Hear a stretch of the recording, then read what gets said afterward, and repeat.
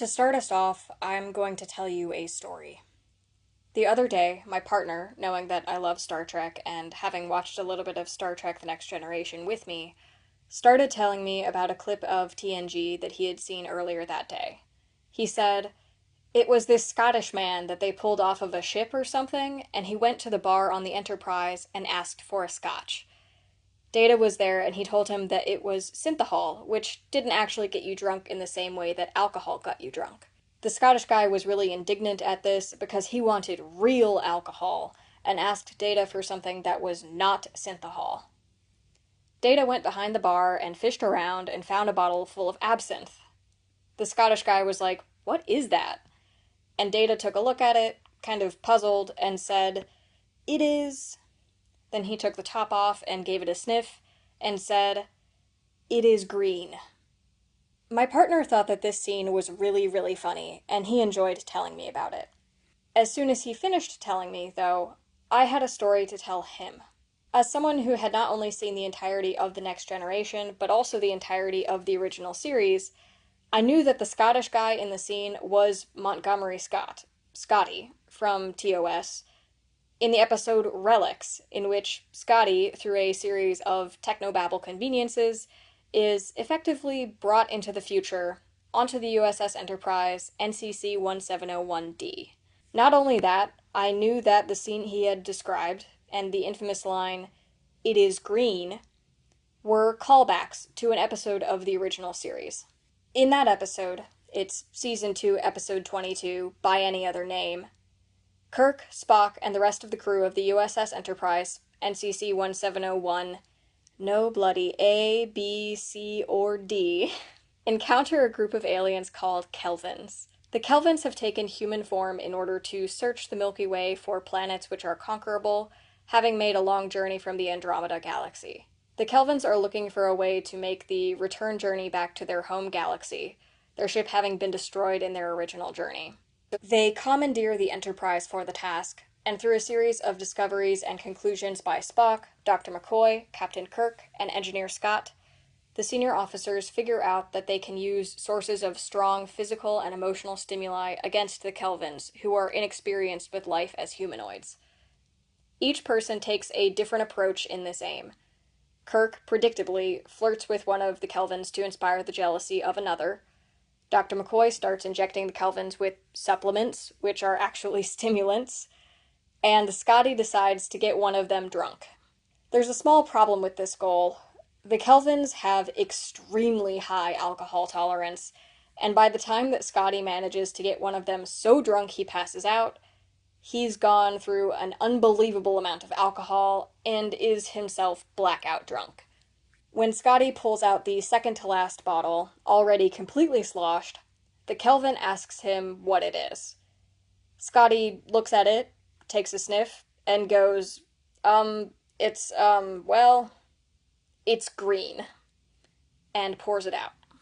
The scene that my partner described to me, and that famous line repeated by Data, "It is green," to me encapsulated a deeper meaning, because I was familiar with the callback it was making.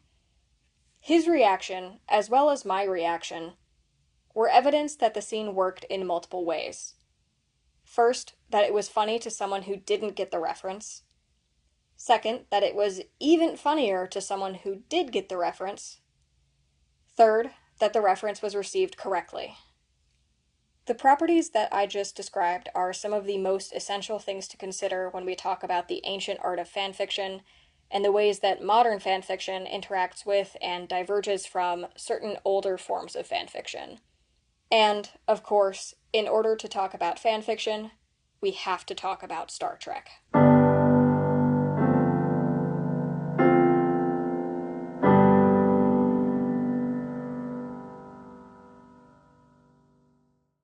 If you're new here, hi. I cover bookish and writerish things from the perspective of a young, trying to get published sci-fi author. The novel that I'm currently querying literary agents for is heavily inspired by Star Trek, and I'm also a longtime fan of TOS, TNG, DS9, and I've even seen some lesser-known shows like Voyager and Enterprise. I've also watched some newer Star Trek, and I've enjoyed a fair amount of it, even though I think some of it leaves a lot to be desired. I mention my Star Trek knowledge because Trek is foundational to the modern version of fanfiction. Beginning with the original series, which aired from 1966 to 1969, the Star Trek fandom began writing stories and creating zines about the Trek characters and universe. Unlike a lot of fanfiction prior to Star Trek, which was mostly written by men, the majority of Star Trek fanfiction writers were women, and a lot of Star Trek fanfiction catered to marginalized desires, the imaginations and needs of women and the LGBT community especially. I'll talk more about Star Trek later, because before talking about fanfiction in its modern form, I want to address the larger tradition that fanfiction exists within. That tradition is the idea of a canon and the way that it tends to spawn literary and artistic referencing. To do this, I'm going to go back a very long time. If you don't want to hear this spiel, you should skip to the timestamp that I'm going to put on the screen right now, which is also down in the description. Okay, so I'm going to start with Christianity and the idea of a canon. I'm going to keep this pretty general so that I don't end up with a side tangent the length of a novel, so I'll be abbreviating and simplifying a lot of stuff. Alright, let's go. The primary religious text of Christianity is the Bible, which in its modern form generally consists of two halves, the Old Testament and the New Testament. Both halves have a lot of different books within them, but I'm primarily going to focus on the New Testament for these purposes. The New Testament deals with the life and acts of Jesus of Nazareth, along with the early history of Christianity. It consists of the Gospels of Matthew, Mark, Luke, and John, as well as a series of writings attributed to the author Paul, and lastly, the Book of Revelation. I want to zoom in a little further and focus on the Gospels in the New Testament. While the four Gospels I listed are named for important figures from the early Jesus movement, the actual authors of Matthew, Mark, Luke, and John are anonymous. I also want to give some perspective on how we actually have these Gospels, because most people only ever encounter them in printed, bound books in modern languages.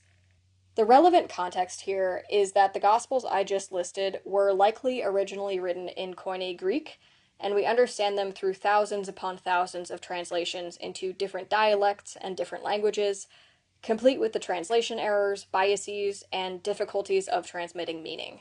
We have some very, very old fragments of the Gospels written on papyrus that help us get closer to the original text, but most people do not have access to the scholarly analysis of those texts and artifacts. Regardless of the problem of translation, which exists everywhere and for time and all eternity, pardon the pun, the Gospels of Matthew, Mark, Luke, and John are considered the canonical Gospels. However, they are not the only Gospels out there. There are dozens of Gospels that are non-canonical, sometimes called apocryphal. They were written at different times and vary in age and original language.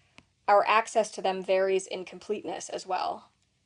There are books with names like the Gospel of Thomas, the Gospel of Peter, the Gospel of Mary, and the Gospel of Judas, among many, many others. So, why are Matthew, Mark, Luke, and John considered canonical, while the Apocrypha are not? It comes down to the nature of canon itself.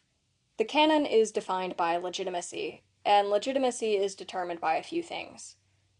In this case, it is the desires and views of those in power within the early church, the perceived authenticity of the message of the Gospels, often influenced by how old it appears to be, and basically what everyone with power can agree on. It's not a perfect system, it requires a lot of negotiation, and things like schisms still happen down the line when people disagree. But establishing a canon narrows down what is defensibly legitimate and agreed upon within a system. By contrast, it makes everything outside of the canon, well, non-canonical. By assigning this label to, say, the Gospel of Mary, it means that anything from the Gospel of Mary can be discounted and will never be held to the same quote-unquote concreteness as something like the Gospel of Mark. The idea that some writing or art is more legitimate than others, for reasons outside of things like scientific merit or evidence, is the connection that I'm getting at when it comes to fanfiction. It's that line between canon and non-canon. To be clear, I'm not saying that the apocryphal Gospels are biblical fanfiction. I'm just using this as an example to demonstrate that this idea that we apply to fandom has extremely old roots, and where we draw the line often comes down to something other than who authored the material or when the material was written. I've simplified this subject quite a lot, and I have kind of an unusual perspective on it because of my personal background. If you're interested in more of this topic, I'd recommend, among others, the work of Dr. Dan McClellan. He's a scholar of the Bible and religion, and he can offer a much more informed and nuanced commentary on the nature of canon and apocrypha in Christendom. Now I'm going to talk about one more ancient example, which is a good way to conceptualize the tradition that fanfiction emerged from and interacts with. That's the process of adoption and transformation. Our example is the god Shiva. Shiva is one of the principal deities of the Hindu pantheon. His exact qualities vary based on the tradition he appears in, but typically Shiva is a fierce god of destruction, among other things. Shiva has many aspects and emanations, some warlike and some benevolent, and he is a very powerful deity. Versions of the deity Shiva date back an extremely long time on the Indian subcontinent and in the surrounding regions. When Buddhism came on the scene around the 5th century BCE, near the modern India-Nepal border, it emerged from and into a pre-established religious and cultural environment, complete with pantheons of deities and conceptions about the way that the universe was ordered. Contrary to the way that a lot of Western religions are conceptualized, Buddhism and the traditions that would eventually be called Hinduism were not initially mutually exclusive in the early years of Buddhism.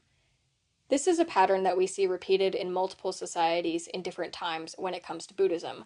For instance, most of the population of Japan can, by some metrics, be classified as both Buddhist and Shinto, but a very large portion of those same people purport to not be religious at all. So, in the early days, Hinduism and Buddhism weren't mutually exclusive for the most part. However, there was a small issue for Buddhism, and that was warlike deities. Buddhism isn't actually just about peace, and historically there have been a lot of very warlike Buddhist societies. But enlightenment is part of the game, and warlike deities really go against that whole vibe. Buddhist cosmology needed a way to cope with gods like Shiva. Instead of writing Shiva and gods like him out of existence, Buddhist cosmology decided to keep them around and capitalize on their perceived legitimacy and the history within their society.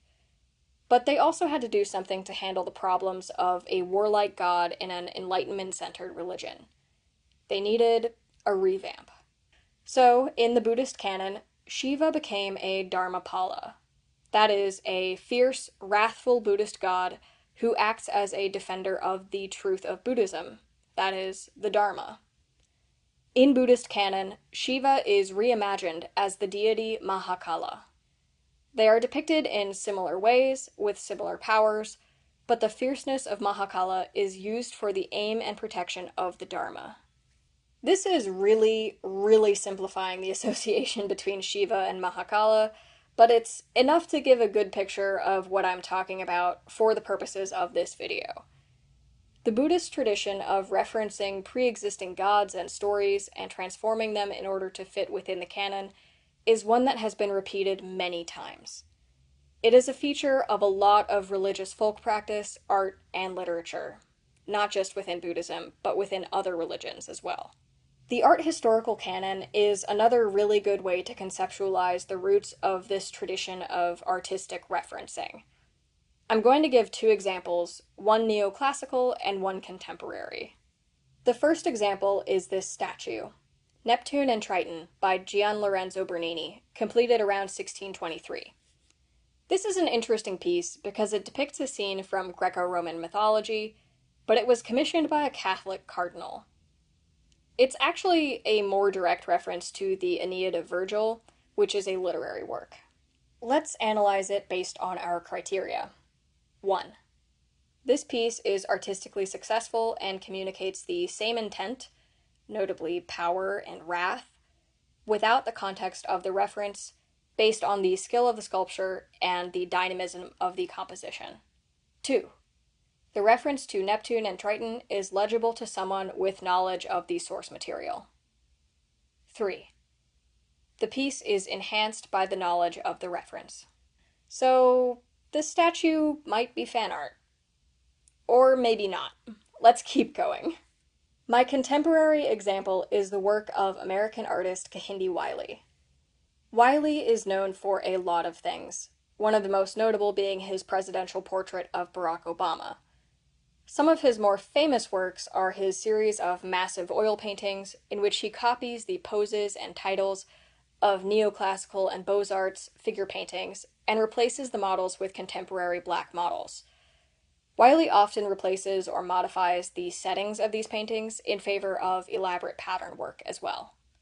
I've thankfully been able to see a lot of Wiley's work in person and at length, including the show An Archaeology of Silence, which I studied for multiple art and art history classes. If you ever get a chance to see an exhibit like this, I'd highly recommend it. These are stunning in person, and the scale is really striking. Anyways, I'm going to use one of Kehinde Wiley's better-known pieces to point out how he makes this work. This painting is called Napoleon Leading the Army Over the Alps. It looks really familiar, right? That's because it's a direct, intentional reference to Napoleon Crossing the Alps by Jacques-Louis David, completed in 1801 in Napoleonic France. Once again, Napoleon Leading the Army Over the Alps by Kehinde Wiley hits all of the points of a successful artistic reference. It's successful on its own and maintains the correct message, even without context of the source material. The reference is legible to someone with knowledge of the source material. The piece is enhanced by understanding the reference. But this piece, and much of Wiley's other work, does something else as well. Remember at the beginning of this video when I mentioned that a lot of Star Trek fanfiction reflected the creativity and desires of marginalized people, particularly women and the LGBT community?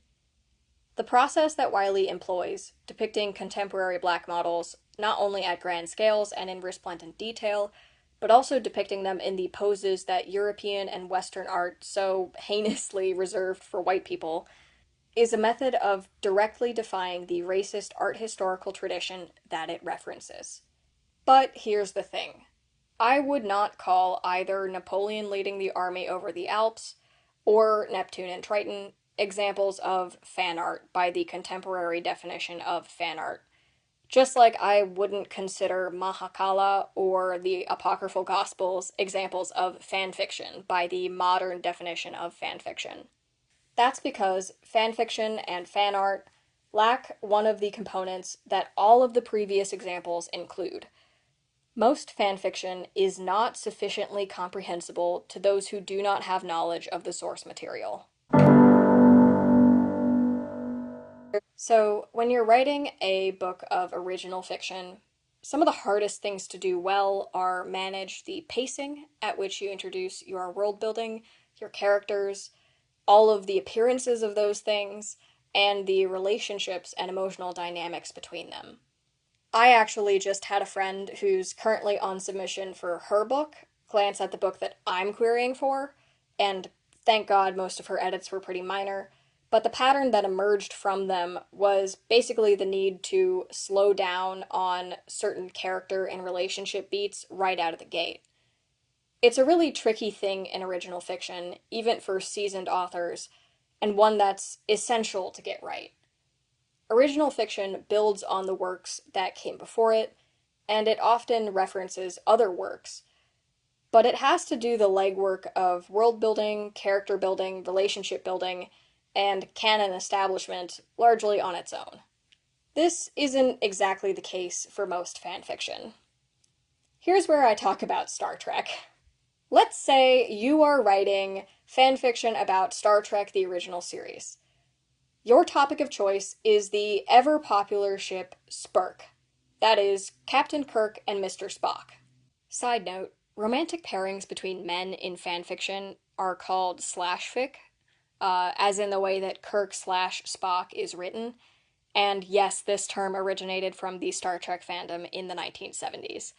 It's also referred to as MM, with variations of this label suiting straight pairings as MF, and lesbian pairings as FF.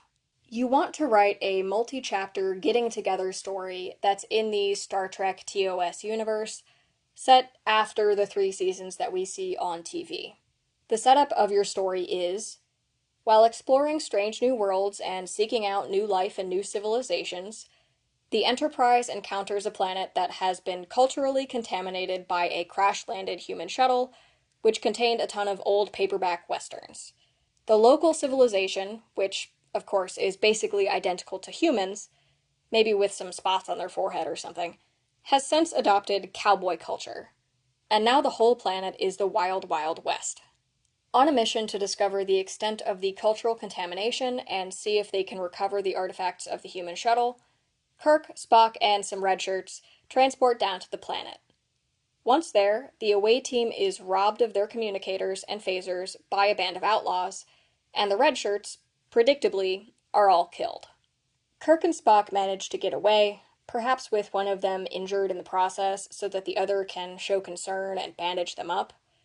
And they spend the next several chapters on their own, cut off from the Enterprise and any other officers, trying to survive a cowboy planet and also get back to their ship.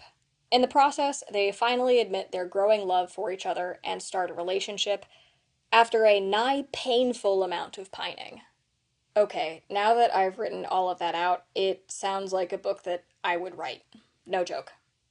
Anyways, that's the setup of a theoretical spurk fic similar to some of the longer work that you'll find on places like AO3.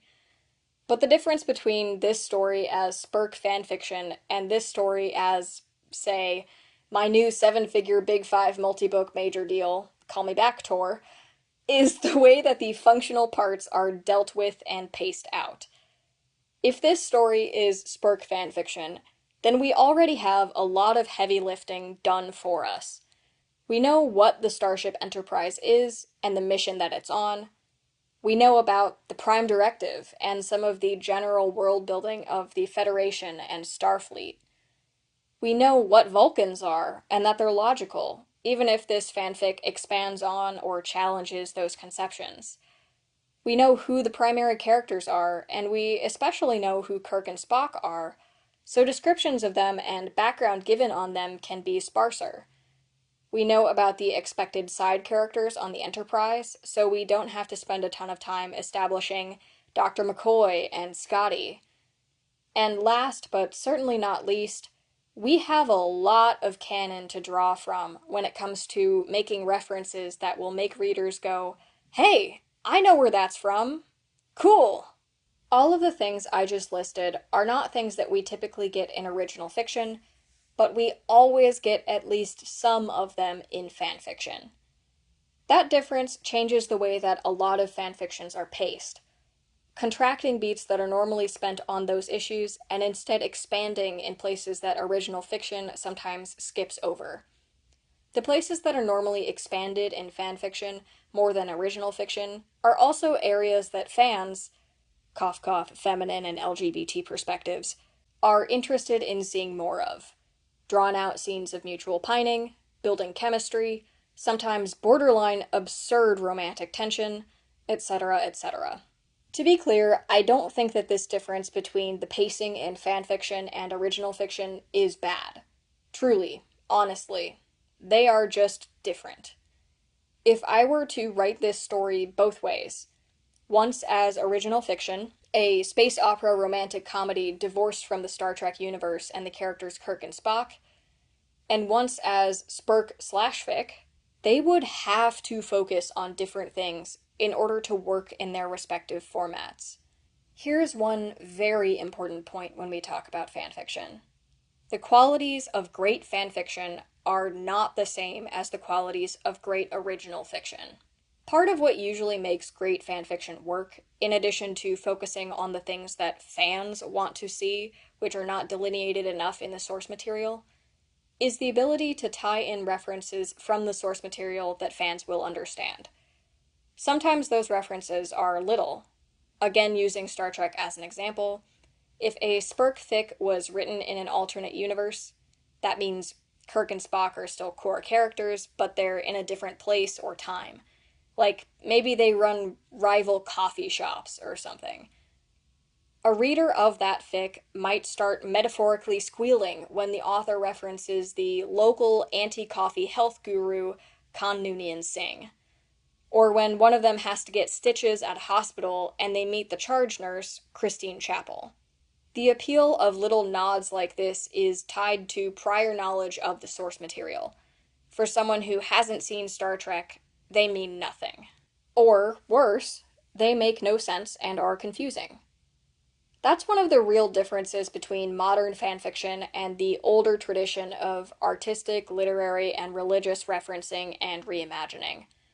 I still see fanfiction as tied to that older tradition, but this is one of the differences that helps separate it roughly into its own category of literature. Going back to the established criteria, the one that most fanfiction fails to include is this. It's successful on its own and maintains the correct message, even without context of the source material. Most fanfiction doesn't do this, at least not in its entirety. And the thing is, that's okay. Fanfiction is different from original fiction, and in my opinion, it should be judged on its own terms. Oh, wait, what's that? They're trad publishing fanfic? Okay. So, in the last few years, there's been a slew of major book deals to transform popular fanfiction into original fiction, repackage it, and sell it, which is typically not something you can do when your work is fanfiction and relies heavily on someone else's intellectual property. Within the book community, I've heard this trend referred to as the fanfic to tradpub pipeline. I'm not an authority on this. I actually find myself steering clear of a lot of the books that have emerged from this pipeline, or trying to read them and then just not being able to finish them. But I actually would like to talk about why I have a hard time with these books, and it's generally not because they were terrible fanfiction. Most of the time, they're fanfiction that their base fandoms really loved, which is why they get picked up by big publishers. I also generally don't think it's because the authors are poor writers or are incapable of writing original fiction. I think it's because, like I said, what makes great fanfiction is different from what makes great original fiction. Let's take my Spurk Western as an example. Let's say I write it as a fanfiction in typical fanfiction format with typical fanfiction pacing. In it, I include a scene where Spock is required to pretend to be Kirk's jilted husband, with over-the-top emotionality included. Otherwise, they will face mortal danger. In the fanfiction, this scene works because there's the tension of the audience knowing that Spock is a Vulcan, and Vulcans are logical, and Vulcans avoid lying, and if Spock, the logical Vulcan who does not like to lie, does not violate those tenets of his character, there will be dire consequences. This scene is also funny because now the fandom is picturing straight-faced Leonard Nimoy threatening to key Kirk's car. Or, I don't know, untie his horse or something. It's a Western. And this scene is full of romantic tension because Spock is acting extremely defensive and jealous of Kirk in an overt way, which is unusual for his character. Now, let's say that Tor calls me up and offers me that massive book deal to transform my crazy successful Spurk fic into original fiction, and I say, "F yeah, I have student loans to pay. Let's do this." I start editing the fanfiction to read as original and avoid copyright infringement. What happens to this scene? It works great in the fanfiction, but in original fiction format, Spock can't be a Vulcan, so the impact of the whole Spock is a logical Vulcan who doesn't like lying, who now has to lie and express emotions in a very overt, illogical way, isn't quite there anymore. It still works on some level if Spock is, say, just kind of a straight man, but that intense tension between Spock's identity and the demands of the situation aren't there anymore. There's still the romantic tension of the scene, and maybe some of the humor, depending on how his new character is depicted, but it's not the same humor that's evoked by the image of Spock accusing Kirk of cheating on him and, I don't know, throwing a drink in his face. this scene can still be ironed out into something that's successful, but it simply will not work the same. The teeth have been taken out of it because the context of the source material has been removed. I don't think it's totally impossible to successfully transform a great fanfic into a great original novel. However, I do think that in order to do it, you not only have to do a ton of legwork, but you also have to realize that the priorities of great original fiction are fundamentally different by necessity than the priorities of great fanfiction. There are also a lot of things that original fiction can and should learn from fanfiction. Notably that they should take the feminine gaze into account and that the feminine gaze also produces great stories. But by its nature, original fiction typically has to place more emphasis on world building, establishment of characters and backstories, the ground-up nitty-gritty relationship building, and pacing that is engaging to an average reader, not just someone who's already invested because they're familiar with the source material. So, in the case of a successful transformation from a great fanfic to a great original novel, you almost always have to lose the charm of fanfiction and then gain the charm of a good standalone story. All of these problems are just about artistic differences between fanfiction and original fiction. The issue of the fanfic to tradpub pipeline gets even more complicated and messy when it comes into conflict with things like problematic source material or the heinous whack job super litigious authors of the source material. A lot of people, understandably, don't want to support heinous whack jobs, which creates an ethical conflict when these works, which are written by different and hopefully normal, non-heinous authors, are popularized and put up for sale. There are issues with fanfic turned tradpub books inadvertently bringing attention back to the intellectual property of heinous whack jobs, which gives them more money to do evil things with. So, what's the solution here? I actually think I have a good idea to fix some of this, or at least a band-aid for this specific problem in the gaping wound that is the publishing industry right now. I think it would make a lot more sense for publishers to stop seeking out fanfics to turn into original fiction, and instead for publishers to seek out some of the massively skilled fanfiction authors and see if they have the same skill writing truly original fiction. I doubt that anything like that will actually be implemented in order to mitigate the fanfic to tradpub pipeline, because that requires things like risk and effort, but I think it would be a step in the right direction. Okay, I'm going to start wrapping this video up. This is just a tiny drop in the bucket on the history and impact of fanfiction, and I might make some follow-ups, but this script has already taken me a f***ing long time, and I just can't do more right now. On a related note, I feel really weird asking for this, but please subscribe. This video took so long, dear God. Anyways, before I do recommended reading, I'd like to recommend another creator's video on this subject because they do a better job on the history and have a lot of insight to offer on the nature of canon and yada yada yada. That video is the Savvy Writes Books episode on why Spurk is canon. Go watch it, it's a wild ride. And finally, recommended reading for this topic is number 1.